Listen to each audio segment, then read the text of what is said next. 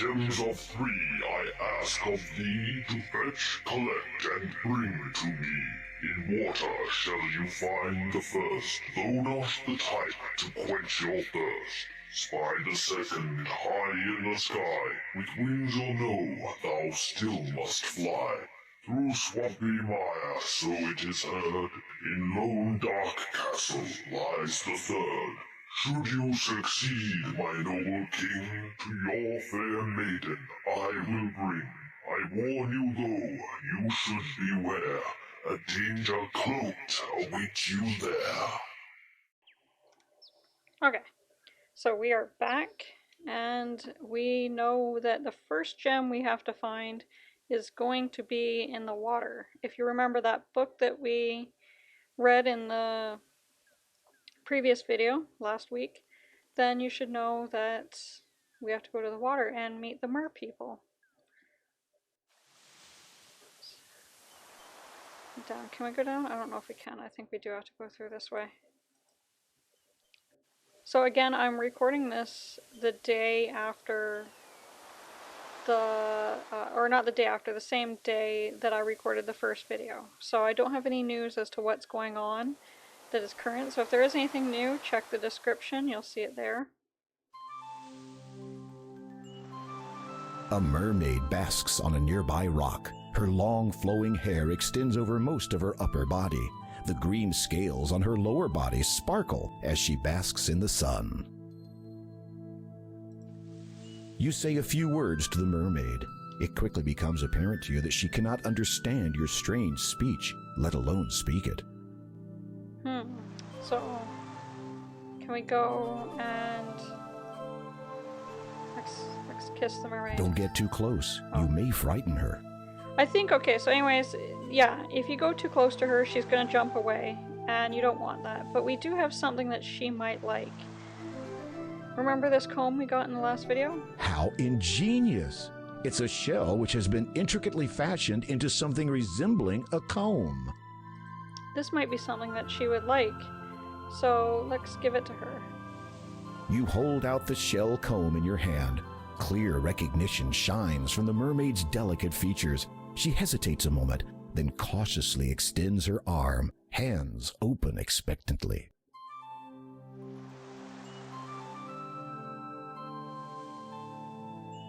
You gently place the shell comb in her palm.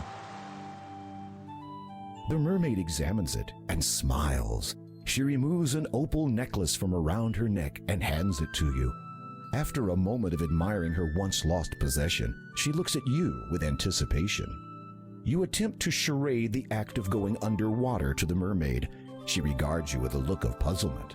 Just when the whole demonstration becomes too embarrassing to continue, she suddenly dives into the sea and swims right up to you.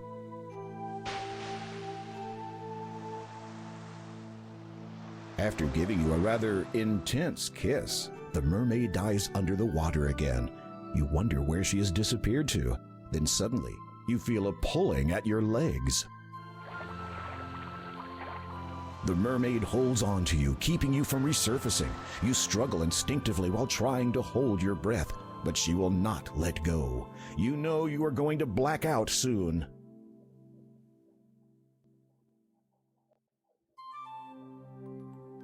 Wait a minute, you're still breathing. How can this be? Could it have been the mermaid's kiss? Speaking of which, where has she gone to this time?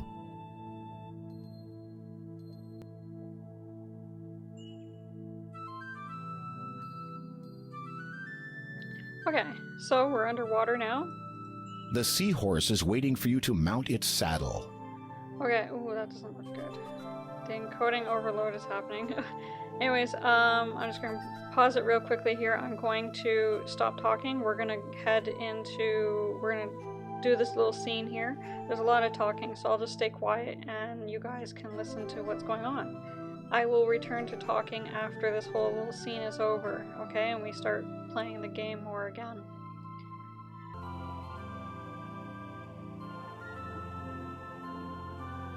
Well, this is a new experience. The seahorse willingly allows you to climb upon its back. You slide into the little saddle and take up the reins in your hands. You just hope this creature knows where it is taking you. After a time of traveling through ever-deepening water, you arrive at a massive stone archway. Passing through it, you notice it is covered with many different intricate symbols, none of which you recognize. Mer writing, perhaps? As you emerge on the other side of the arch, a grand sight greets your eyes.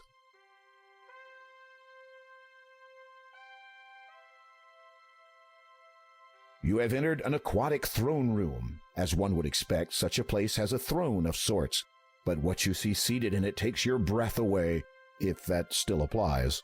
It is unmistakably the ruler of the Mer people, the king of this watery world, known by many names. Neptune is the one by which he is best known to your kind.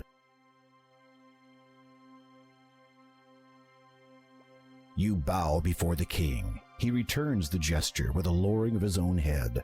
You open your mouth to speak, but only a bubble emerges. It begins floating up to the surface.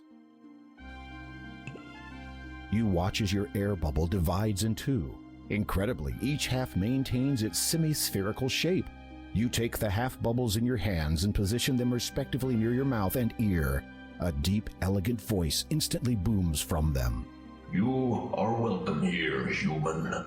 Thank you. I am King Graham of Daventry. Your courtesy depicts your stature. What is it you seek here? You explain that you are seeking the 3 gems of nature, and that you believe one of them to be somewhere in this realm. You demonstrate the approximate size and shape of the gem, then mention the Door of Destiny and what you hope to find on the other side. I do have that which you are seeking, and know of the Door of Destiny. It is very old. Its origin is known to but a few.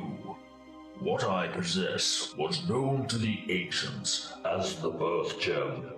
In the realm of the Mer people, it is called the Water Gem, for without water, life cannot begin. Might I have this gem, Your Majesty? I shall let you have the gem, but first I must ask you to earn it by way of performing a service for me. You are about to say anything, but then remember what you heard the last time you said that word to the stone door. Instead, you just nod and allow Neptune to continue. My trident, the symbol of my power and the strength of my people, has been stolen. A faint mumbling can be heard through the ear half of your bubble. This event is obviously of concern to those in attendance. It is believed that one of our allies and neighbors have taken advantage of the Mer people's kindness, and that their own king now has possession of the trident.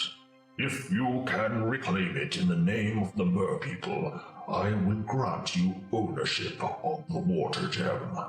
Will you do this, King Graham? The murmuring has stopped.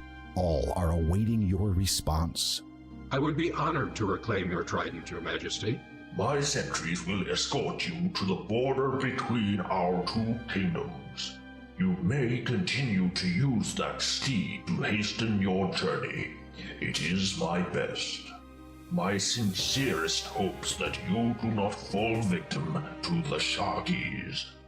As you prepare yourself for this new quest, a sudden pang of apprehension seizes you.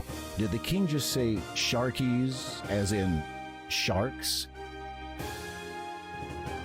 Your Majesty, is there anything you can tell me about the Sharkies? They are large, fierce, and carnivorous. Anything else? They are always hungry. Anything that might be of benefit? Like something to help you live longer? I do recall that they have poorer vision than we Mer people do, as they dwell in the darker waters. So I might have a chance were I to encounter one. You can always hope. That was not inspiring. Why was your trident stolen? That is a matter of great concern to me. Should the Sharky King determine the trident's nature, he would assuredly bring about the deaths of countless Mer people. I shall return as soon as I am able, Your Majesty. Good luck. As you depart the underwater kingdom, you see 2 guards waiting to escort you to the Sharky's realm.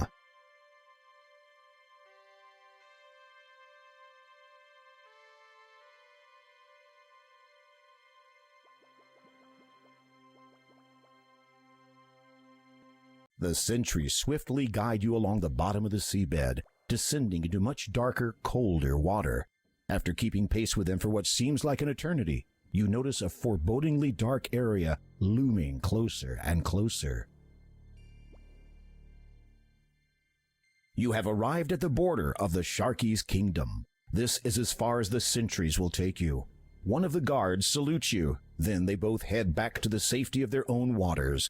You're on your own from here, Graham. Those guards were sure in a big hurry to get out of here. Okay, so I'm back. Let us go. Now, I sort of know the little maze thing going here. So I'm going to kind of take you the way you're supposed to go. Examining the heavily waterlogged remnants of the vessel, you notice an old antique bottle half buried in the sand. With great difficulty, you lean over in your saddle and manage to scoop it up. Seems like my computer does not like playing this part or recording this part. I think it's the only part in the game that it has this problem, so if it has any major problems, just try to deal with it. The other ones it won't, so...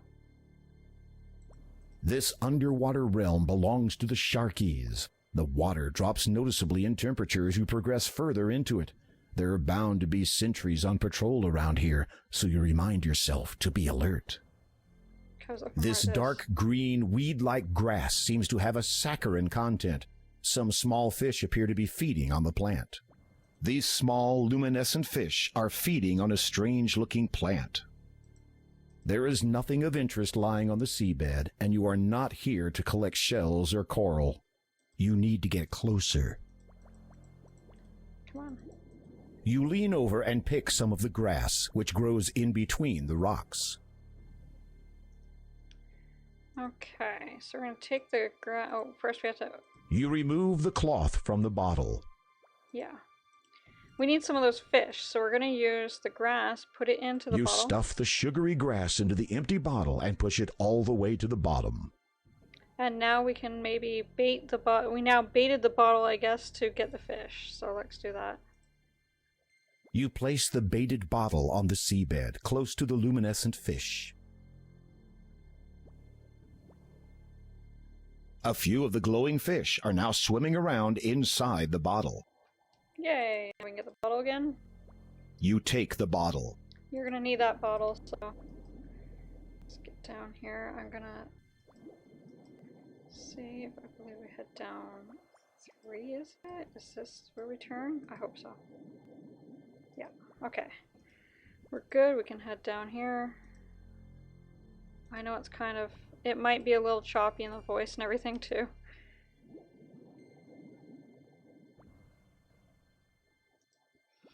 Okay, I'm gonna slow down the speed for a second. A lot. Okay.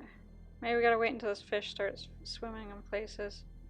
You can't be sure, but there seems to be something odd about this fish's swimming patterns. There is. It seems to be able to go right through that wall. Let us try. The western wall is but an illusion. You easily pass through it into a series of caves and tunnels on the other side.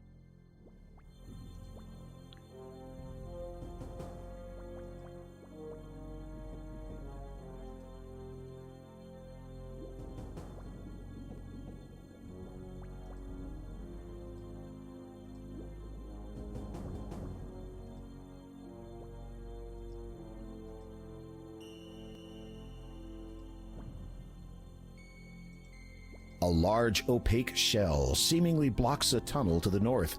Whatever lies in that direction must be very important. Okay, I'm just going to quickly pause it here. Again, we're going to have some, like a little scene play out. I'm going to stop talking until all of this is over. Just, yeah. I'll wait until we get back to the surface again before I talk. So, Yeah, just so you guys know.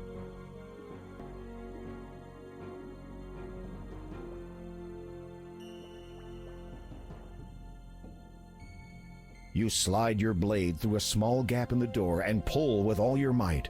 It is difficult handling your weapon underwater, and you realize that combat will not be an option. So if it ever comes to that, you're in big trouble. As you open the door, ample light floods into the underwater cave, and you are now able to make your way around without the glowing fish.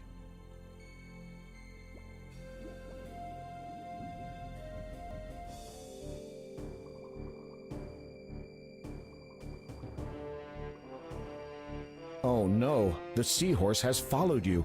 Let's hope it doesn't give your presence away.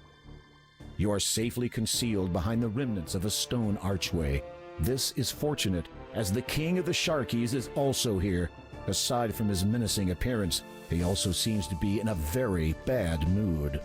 I do not understand it. It should work for me. Is it not written that Trident's power can only be wielded by those of goodwill? Well, is it not? The king's aides nod fervently. And do I not possess the greatest will in this kingdom? No one can best me in battle. My resolve is unshakable. No amount of bleeding can dissuade me from slaughtering my enemies. Does this not signify that my will is the best there is? The Sharky King's aides seem all too willing to agree. Then why does it not work? You watch carefully as the Sharky King taps 4 shells in order around the arch.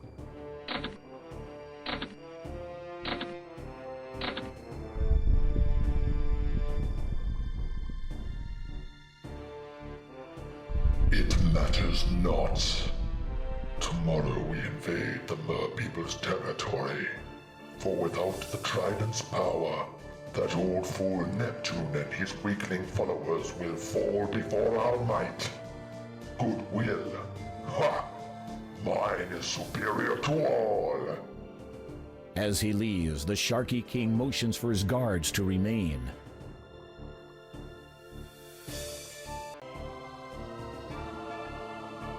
Having an idea, you approach your somewhat reluctant steed and slap him hard on the back. Look at him go. The guards are momentarily distracted. Now is your chance.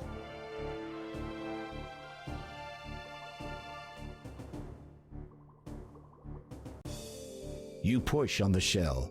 It moves back slightly into the wall.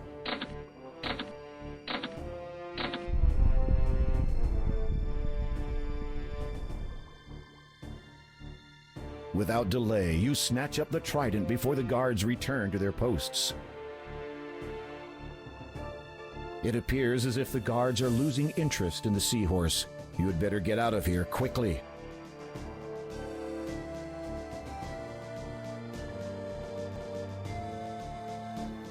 Oh no, the seahorse has followed you all the way back to the secret entrance. The guards are sure to discover you now. You remount the seahorse. Your seahorse glides onward, flicking its little tail faster than ever. You grip the reins tightly, glancing nervously over your shoulder every so often to check for pursuing sentries. As you make distance, your anxiety melts into relief. But it is to be short-lived.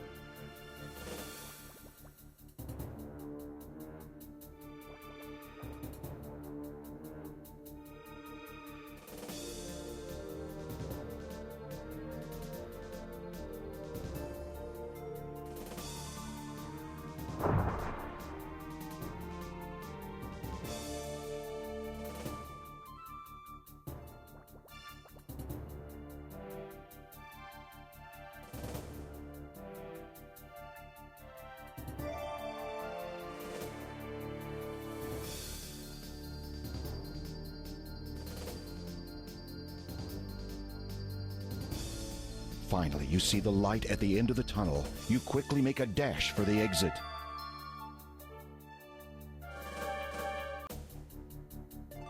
As you emerge, you realize you have only seconds before the guards come out after you.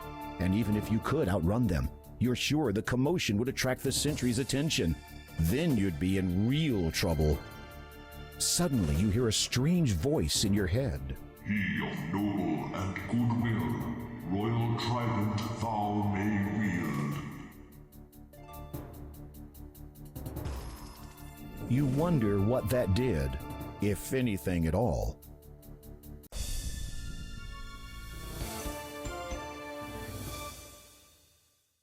Oh.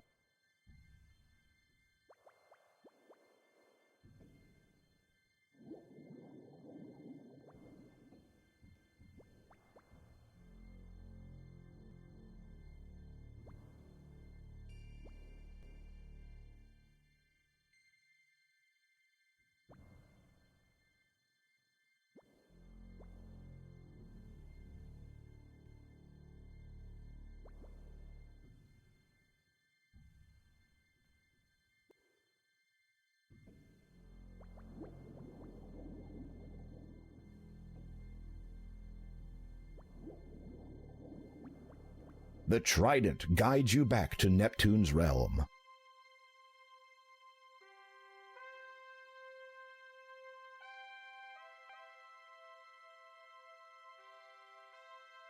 You approach the king. He smiles and graciously accepts his trident from you. Then he calls everyone to attention. To commemorate the return of my trident, and to honor King Graham's success, I hereby call for a celebration. The celebration lasts for some time. You eat, drink, and have a merry time with many of the mer people. After a few hours, the festivities wind down, and you finally have a chance to speak with Neptune alone.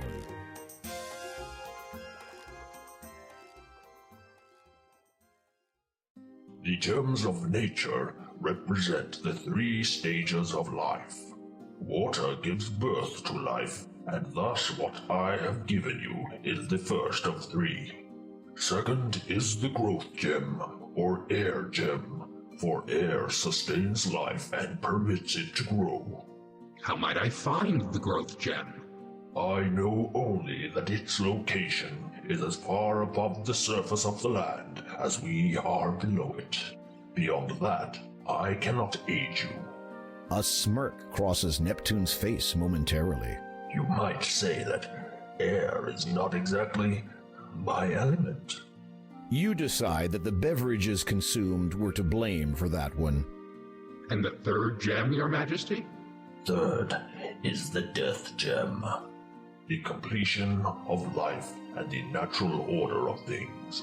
The Oar of Destiny understands this now, as did the ancients who imprisoned the soul within. As for that gem's location, I had hoped you would have no business venturing to the castle. Kolima was once ruled from that place, but sadly her people have not seen their lord for quite some time.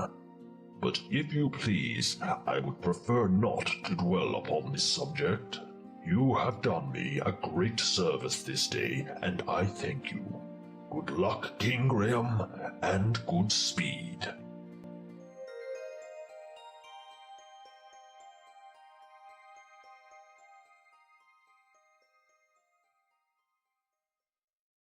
You depart the underwater kingdom and head back towards the surface. What an incredible experience. You are certain you'll never forget the adventure you just had. Additionally, you have acquired one of the gems. As you resurface, you realize that the magic which allowed you to breathe underwater has now subsided. There. So I'm back again, and we are back above the surface again. We will not be able to go back underwater, as it said in the thing, that you will not be able to, that the magic that was used to breathe underwater is no longer available to us. So don't try to go back in the water again, you'll die. So now we have to, I don't know if we're able to look yet. Or we gotta get the next gem. So we gotta figure out how we're gonna get up high in the air.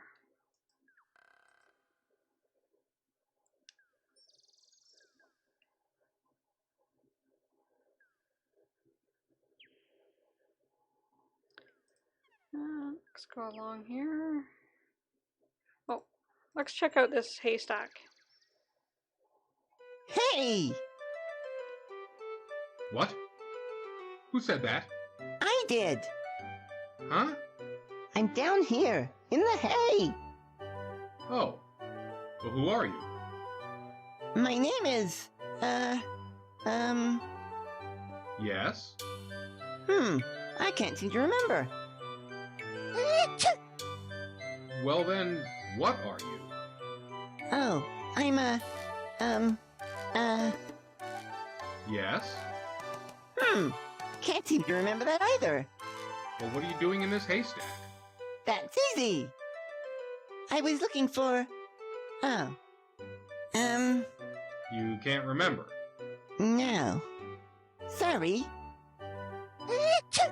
How long have you been in there? Let's see. It couldn't be longer than, Yes?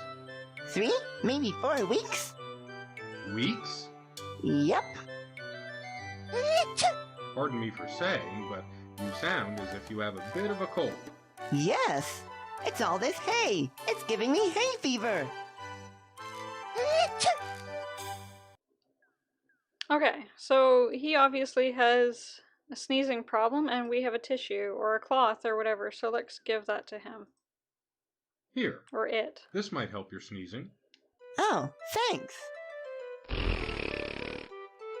Here, you can have this back now. You retrieve the partially used cloth from the haystack. Feel better?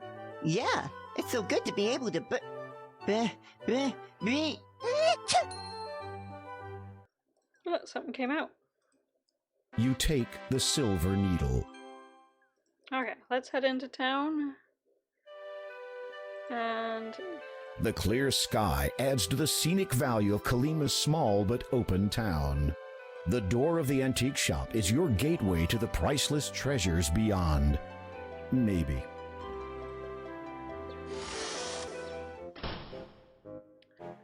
okay, so we have this lady here, but we have a lot of things to look at, so let's look around the room for a bit. A strange cylindrical and slender container sits high upon the shelf. The markings on it read 7 Up. What on earth is that thing? Apparently, this interesting looking item is a Model DX cartridge retrieval unit. Quite a useful little device in another time and place. It is a red sorcerer's hat. It is a tiny harp. How cute! Obviously, the Swiss haven't quite got the idea yet. You are inside a cute little antique shop. Old furniture and knickknacks clutter the place. Against the wall, a low bench displays an assortment of items. Twin axes grace the wall above the front door. You wonder if they serve as a security measure for intruders. You are inside. I think that's all the stuff over here. A large and incredibly hefty-looking mallet is propped up against the shelf. A small engraving on its head reads, Broggy. It's a weather vane with the obligatory depiction of a rooster. A stack of plain-covered books gathers dust on the shelf. It is a crystal ball, fairly standard equipment for those of the magical persuasion. An intricately painted china doll, complete with a miniature tea set, adorns the bench. There are some vases on display in this antique shop. A well-crafted lute awaits the anxious buyer. A rather modern timepiece lies cluttered among an assortment of other bits and pieces. An expensive-looking statue catches your eye. It is sculpted of white marble and appears to be the only item of any real value within the shop. You find it quite odd that this grand statue is situated amongst other ordinary items of far less value. You are inside a... Ah, dragonfire! Oh, no, wait. It's just a mounted dragon head. Whew. Some old shields are lying around in the antique shop. You'd really like to know just what became of the rest of the ship. A rather beaten and tarnished brass lamp is positioned on the countertop. So now we can talk to her. Let's do that. Oops. Good afternoon. What can I do for you, dear? Hello. Do you sell anything that would aid an ascent up a mountain? Unfortunately, I do not sell climbing equipment, or anything of that sort. This is really a specialist store. Oh. However, I do have an item which you might find useful. This lamp is said to contain a genie. Never tried it myself, of course. I do not believe in using magic to solve my problems. Nature has made us as we are, and we should be glad of that. Uh-huh. How much for the lamp? The old lady hesitates. You sense she wants more from you than your money. You hope it is not anything that you will regret. Well, seeing as how you are a man who seems adept at taking care of himself, perhaps you could do a small favor for me? Somehow, you knew she was going to say that. I once owned a beautiful nightingale, quite rare around here, but the sentimental value far outweighs its monetary worth. That foul old witch Hagatha has stolen it from me, probably to use in some concoction or another. Her nose screws up in disgust. So, if you could be a sweetie and retrieve it for me, I will trade you. The lamp for the bird. Agreed? Well, I will see what I can do. Do be careful. If Agatha should spot you out of her good eye, then you'll be in for it.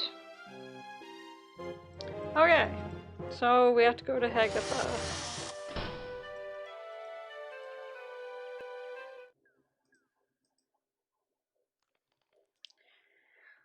So I don't know, I didn't mention it in this game at all, and but there is also another King's Quest game out there that you can get that is newer, so with like more updated graphics and sort of gameplay style.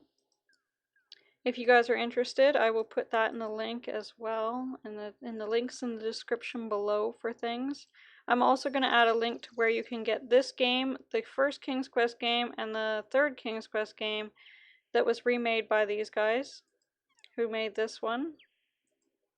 And I'm also going to put a link to where you can get all the original games in case you want to play something over this time that we're all kind of stuck in together, you know? Or add it to your wish list for another time. These games are free. These first 3 remake ones are free, and the first chapter of the new King's Quest game is also free, I believe, so you can check that out. Okay, so let's do some looking around here. It is a human skull with a radiant blue stone wedged into its eye socket. It is a human skull with large eye sockets. But no blue stone. Unless you are mistaken, the symbol above the cave entrance bears a striking similarity to a bat. A shiver runs down your spine as you look at it. It's almost as if some dark force were radiating from it. Okay. As you face the skull towards the image of the bat above the cave, you notice that its wing has faded slightly. However, you suspect that whatever danger the bat represents is still in effect. So maybe we need the power of the 2 skulls, but this one doesn't have a blue stone in it. But we have a blue stone. It is a slightly luminescent blue stone about the size of your palm. As you attempt to place the birth gem into the skull, you discover that it does not fit properly. Instead, it juts out uselessly like a bulging eyeball. The birth gem protrudes from the skull like a bulging eyeball. You'll somehow need to push it in further. Okay, well we have a mallet. Let's try that. You gently tap the birth gem with the mallet, hoping not to break it. It budges only slightly. You give it a harder hit. It moves a bit more. You hold your breath and give the gem an almighty thwack. It pops into the skull. Now we can turn it. With the birth gem now firmly in place, you turn the leftmost skull so that it faces the bat symbol above the cave entrance. The power of the two skulls combined has caused the bat symbol to disappear. You sense whatever danger it represented has now subsided. Okay, so now we can go into the cave. As you enter, you are almost overwhelmed by the foul stench which molests your nostrils. It is obviously coming from whatever Hagatha is cooking in that large cauldron of hers. There are some things of interest on the other side of the cave, but you have no means of crossing over there safely at this time. A caged nightingale sits on the floor near the northern cave wall. The light from outside barely penetrates the interior of this cave. So long as you keep your distance, Hagatha shouldn't notice you. Being as quiet as a mouse, you slide your hand inside the cloak to discover a deep pocket. Amongst sticky and disgusting spell ingredients, you find a tiny silver key and a peculiar golden ring-shaped device.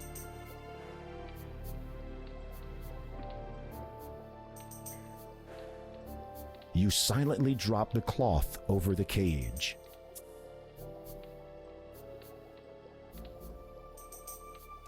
You slide the silver key into the lock. It fits. You turn it silently, and the chain falls to the ground. Without making a sound, you take the nightingale into your possession.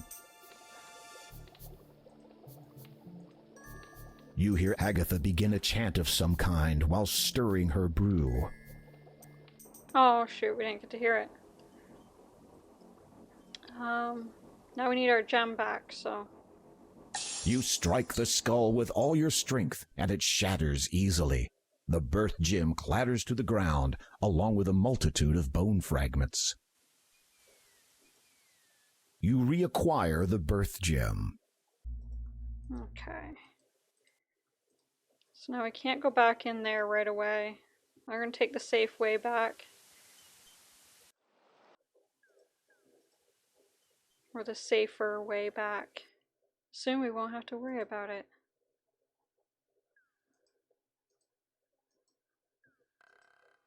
Come on. Okay, first before we do anything else, let's take a look at the bird. You remove the cloth from the cage. Looking at the bottom of the cage, you find that a letter has become stuck to it. You peel it off. Okay. You read the letter. Again, I'm not going to read this to you guys, but this is from, like, it's talking about, if you are a fan of the King's Quest games, you might want to pause it and read it. Again, if you're watching this during the live premiere, you might not be able to pause and read it again, just sort of take it closer to like the 35-minute mark in the future, and you'll be able to find it shortly after that. And yeah, so we will continue on. Oh, this is from Manannan. So we'll see Manannan in the next game. The letter puzzles you, but you put it away and continue your quest. It would be quite interesting if you want to know a little bit about King's Quest III. That kind of gives you some hints there. We're going to head up here. There's going to be another letter coming up, and I'm hoping to get through all the letters from this so that you guys can read them in this video at the end here, and then we'll continue on with more of this quest in the next video. Oh, we go back to the library. This is important. Let's talk to her. Yes? Could you recommend another good book? There. This book is entitled Legends. Browsing through it, you notice an interesting excerpt. Okay, this one kind of talks more about the lore of this series of game kind of thing. It's not really stuff too much from the original games. So if you are familiar with the original games but kind of want to know what's going on in this with some of the characters, this is kind of important to read, especially before we get into the next game. Okay? So I'm going to just we'll get out of this now, and you guys can pause it if you want to read it later. Oh, there's another part to it here. This will come in more handy in the next game, more so than this game. There is some information about this game, but it's more for the next game. You'll learn a lot more about some of these characters. Let's talk to her again. Yes? Could you recommend another good book? There! This book is entitled Power, Politics, and Pulpits. Browsing through it, you notice an interesting excerpt. Okay, this one talks about, I believe, yeah, it talks a lot about stuff that we're gonna be focusing on in the next video. Later in the next video, I guess, if we even get to it in the next video. But it is about the death gem kind of thing. It doesn't talk about the death gem, but it's about the stuff that we're going to learn while dealing with the death gem. Okay? So you can pause it if you want to read it. If not, that's fine, I guess. It's here in case you guys want it. So that's the last time we're going to be able to see her, really. I mean, we'll have a chance to see her, I guess, after, but it's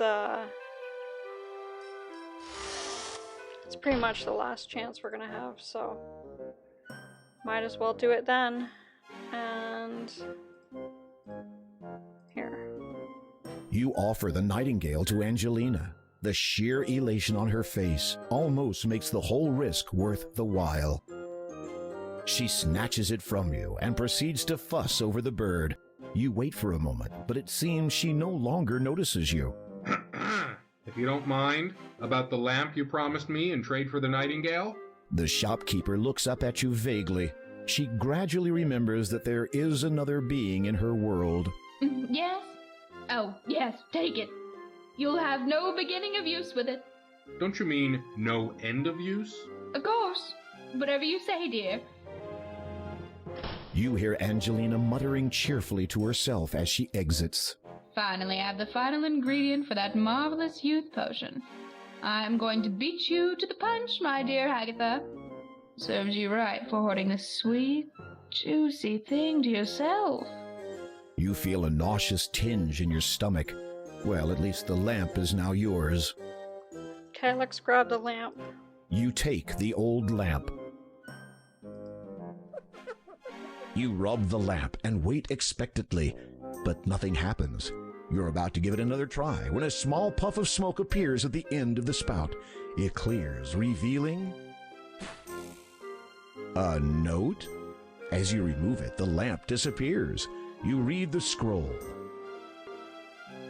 Okay, I'll try and read this one for you guys just because it's important for this moment. To the unlucky fool who bought this lamp, as you may have gathered, this lamp is no longer contains a fabulous genie, as my former master, praise him and his greatness, has released me with his final wish. However, as a consolation, please be advised of the following. The shopkeeper is not to be trusted. She dabbles in black arts and keeps rather distasteful company. May these words reveal what lies beneath, and may your findings lead you to a higher position in life. So hard like stone and white like the snow, stands silent the man who guards what's below. May you forever know the beauty of freedom. Signed, and then his name. Okay, so that letter was a little hint as to what we gotta do to find out what is below. So... Upon closer examination, you discover that the statue hides a small latch. You flip the latch and watch in amazement as a trap door opens up from the floor. Okay, I don't know how fast we have to be at this, so I'm gonna kind of... You close the trap door behind you. Okay, so there's a letter here we're gonna look at. You read the letter sitting on the desk. Okay, so this is from Hagatha to Angelina. Okay, so I'm not going to read it again. This is up to you guys if you want to read it. Basically, Angelina wants to be part of their little group, and she has been denied over and over again about it, I believe. And what else? It does talk about the nightingale. and that she has got it and she's going to become more beautiful because she'll have this youth potion and stuff like that. So yeah, that's kind of what this is all about in this one. I'm going to stop the video shortly. I know it's a little shorter than we have done in the past, but we're going to stop the video here and we will continue in the next week and find out more. So again, if you want to, the game is free. You can get it in the link below, and you can get further than I am now if you want, or you can wait until I'm done. It's up to you guys. And yeah, so we're just gonna pause it now because I don't know if we have to work quickly while we're down here or not. So I'll see you guys in the next video. Okay, bye bye.